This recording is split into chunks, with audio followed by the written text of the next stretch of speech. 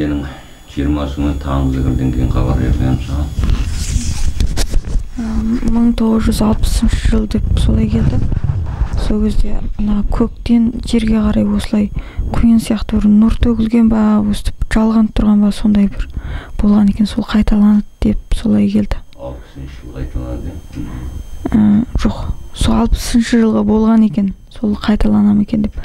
Біз әдетте осындай көреміз ғой. Кей кезде мынау да кей кезде маңдай көзбен байланысты ма деп сондай бір ой келді. Бірақ та осыны жақыннан көрсетті де осындай болады екен.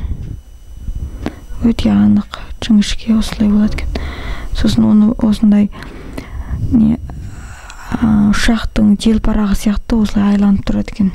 Сол Алланың назары деген ғой, енді ақыл ой, жан, ақыл осы үшеуінің осынды солай көрінеді. Назар сөйлер.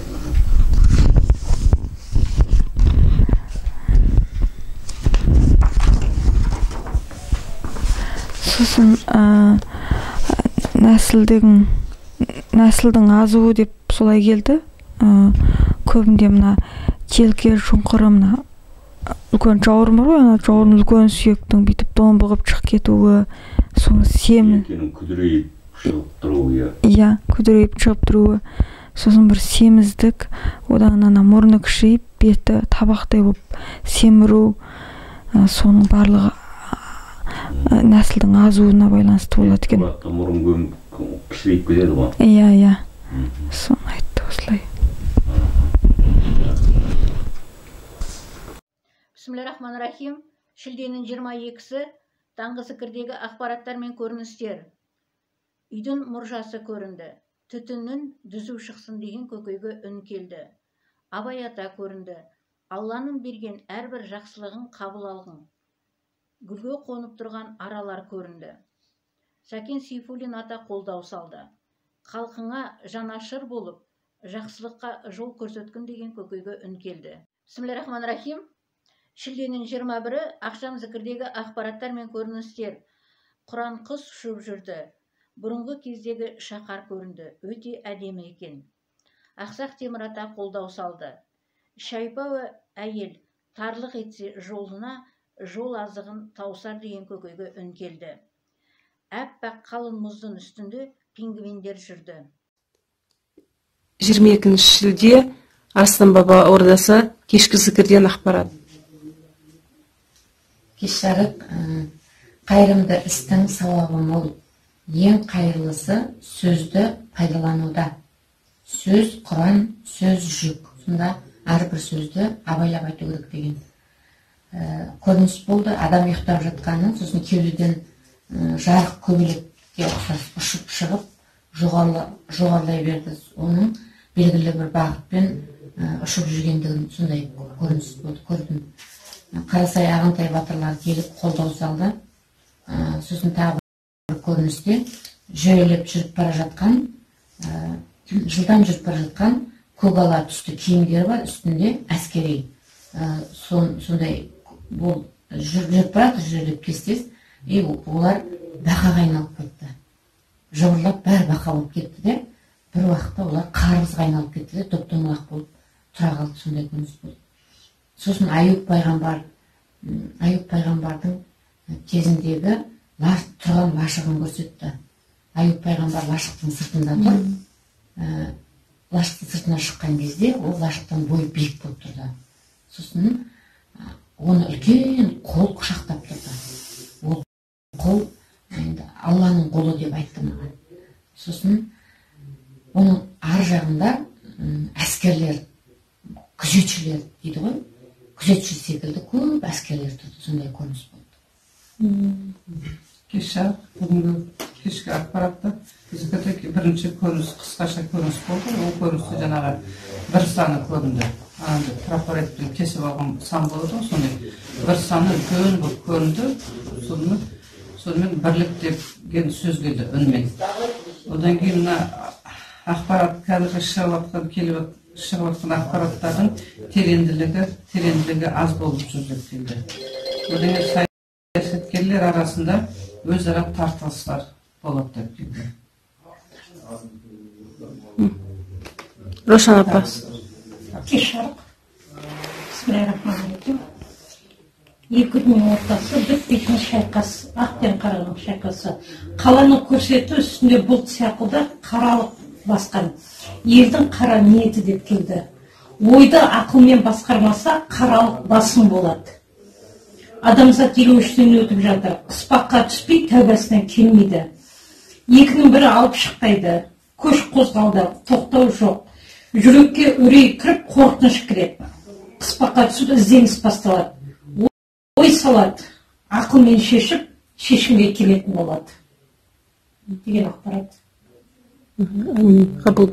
Зікірі Айша ананың қолдауымен зікір ақпараты. Белгі келсе әруақтан қолдау алып сапарға шырылдаған бабалар тылсымнан жорыққан. Қарусыз майданға өнерменен аптықса, шын көңілмен сұранса алар рас хабарын. Әл-Фараби атадай келсе қайттан қазаққа, бақ болып ұлтына жанар еді жұлдызы. Армыздар шілденің 20 күн кешкі ақшам зікірінен келген хабар жерлаймыз. Ханифа. Бір аяқ киім көрінді, табаны көкке қарап тұр екен.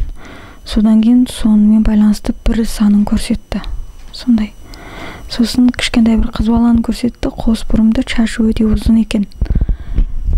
Содан кейін мынандай көрсетті де осылай көптеген сыйлықтар бар екен, осы әрбір жапырақтардан үстінде. Осындай көрініс болды. Сыйлықтар бар еді. Содан кейін Тоқтар Әубәкір ағамыз, сосын және де тарих доктор ма, сондай бір кісі бар еді, атын білмедім. Сол кісілерде сынақ бар екен. Ескертіп алды, Тоқтар Әубәкір осымен екінші рет болсын сынақ болады. Қуандық Шалқан үстіне қазір бір атеист болып қойған. Бисмиллахир-рахманир-рахим. Абай атаның құлақтан кіріп ойдалар деген өлеңнің сөздері келді. Бірақ түрленген құлақтан кіріп ойдалар мәнсіз өлең сөздері жалғандық пен жалғар ойыңды шырмауық қылып деген ақпарат келді. Содан кейін көріністе оң алақанның ортасын көрсетті. Әр жерден бір жарық пайда болыпты. Оң алақандағы жарықты сол алақанға аударған кезде жауырын секілді сүйек ортада пайда болыпты. Сол сүйек сабағы ұзын, ұсақ гүлі бар гүлге айналып ас көкке ұқсайды екен. Әйел адамның алақанын тазарғанда жауырынға қуат қосатын қабілет пайда болады екен. Кішкентай балалардың жауырын сипайтын ба сондай. Балалардың жауырын сипайтын, я сүйіз бадардың кемпірлер. Екінші көріністе биік мұнараның үстіңгі жағында төбесіне түрлі оюлар секілді сурет салынған екен. Ортасында айға ұқсас бір бейне тұрды. Ол бөрікті атаның қасына айналып кетті жаңағы ай. Жаңағы сурет мөр екен. Бұл тұтас алғанда мөр деген ақпарат келді. Түсі ашық қоңыр екен. Бір жағынан кепкен қанның түсі секілді екен, жаңағы бозғылт тартқан. Осындай көрініс болды. Деген мөр, енді оның мөрдің ендесі Құран деген мөрдің өзі. Былайша айтқан тамшы. Енді тамшыны қарасаң, ман деген бар ғой, екі. Баяғыда көрсеткен Құран мен Тәурат деген сол ман, кәдімгі. Манаты Ыбырайым атам деген енді сол айтам Ыбырайым жол деген. Ыбырайым жол деген Құран мен Тәурат екеуінің кездесуі ғой. Ыбырайым жол ақырат, Құран мен Тәурат екеуі беліп тұрады. Сосын ғой жаңасы ата жол деген өзі сол Құран мен Тәураттың кездесуі айналып келгенде. Тәуратқа сөз Инжилде кіріп кетеді, Забурда кіріп кетеді. Ал Құранға бүкіл адам атадан бердің бәрі сол кіріп кісейді. Осылай үлкен кездесіп қалған. Жаңа сол адам екі қас деген сол ғой енді. Бір жағымыз Тәурат, сол жағымыз Тәурат, оң жағымыз Құран. Қас деген сол. Сол қасыңа қарап қаншалықты Құран мен Тәураттың нең бар екенін көруге. Мөр деген сол Алла Тағала сол мөрді басып қойған. Енді ғана соған келе жатыр. Соны бейнелейді. Сосын енді сол анау сол екі қаспен несін қосылғаны сол мұрт болып белгіленеді еркектерде. Сол мұрт сақал деген осының бәрі бос нәрсе емес, осының бәрі адамды жазып қойғанда біз кітапты тұрған. Алланың Бисмиллахир-рахманир-рахим. Бүгін мынау екі көрініс көрдім. Біріншісі мынау айлы күнді деймін, жарық. Түсінбейсің, екі күн емес, түн емес сондай да. Күн мен түн бірдей сияқты ма? Бірақ ай бар екен. Күн жоқ, бірақ ай бар. Сол уақытта келе жатырмын, бір құдық көрінді. тас қараңғы құдық екен, анау өте терең екен. Астына қарасам, астында бір андай жылт-жылт су тұрғандай болды да. Сосын мен түсіп келе жатырмын, ішіне арқан алып түсіп келе жатырмын. Ең астына түссем, төбеге қараймын, астына түссем су жоқ. Бірақ төбеден қарасаң су көрініп тұр астында.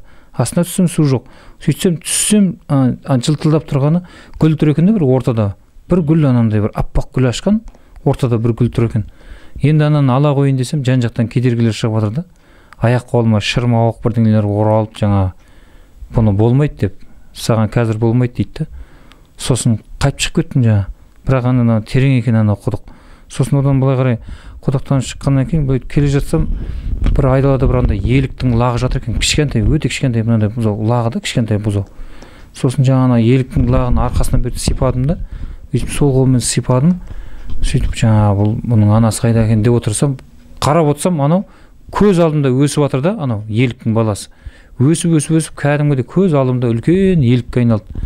Сосын ой, мыналар Құдайдың құдіреті екен ғой дедім де, таңғалып сөйтіп ары қарай жүріп кетсем, бір кезде біздің алқаптарды көрсетіп отыр екен. Анандай егіс алқаптары да жаңағындай, бір бидай ма, сондай бірдеңе егілген. Анада деген қап-қара бірдеңе жатыр да, немене десем, шегіртке кәдімгі жауын болып келе жатыр екен да. Қырып отап келе жатыр, жаңа жолдардың бәрін шегіртке шауылдап келе жатыр екен. Осындай осы.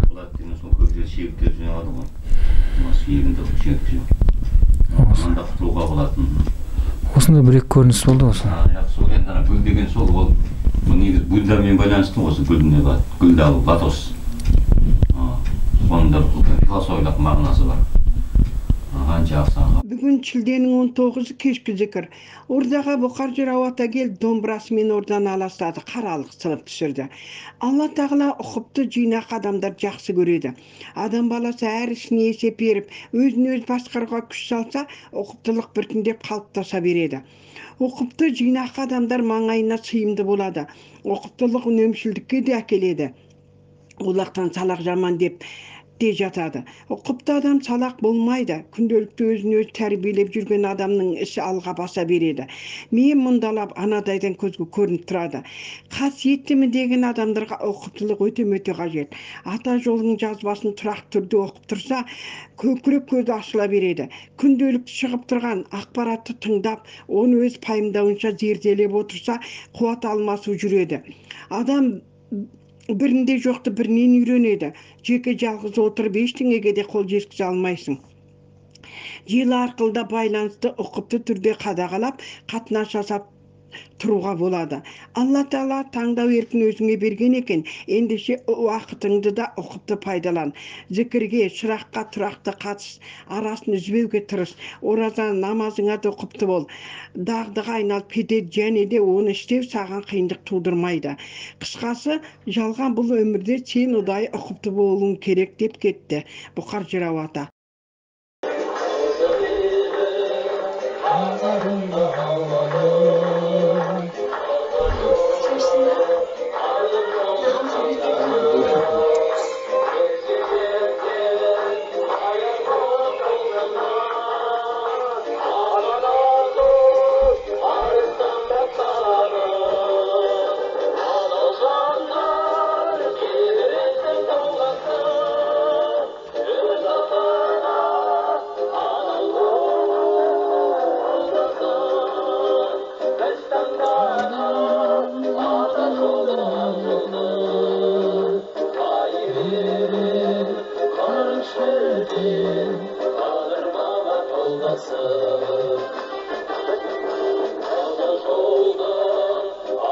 Bilgen olmayda, arı vakta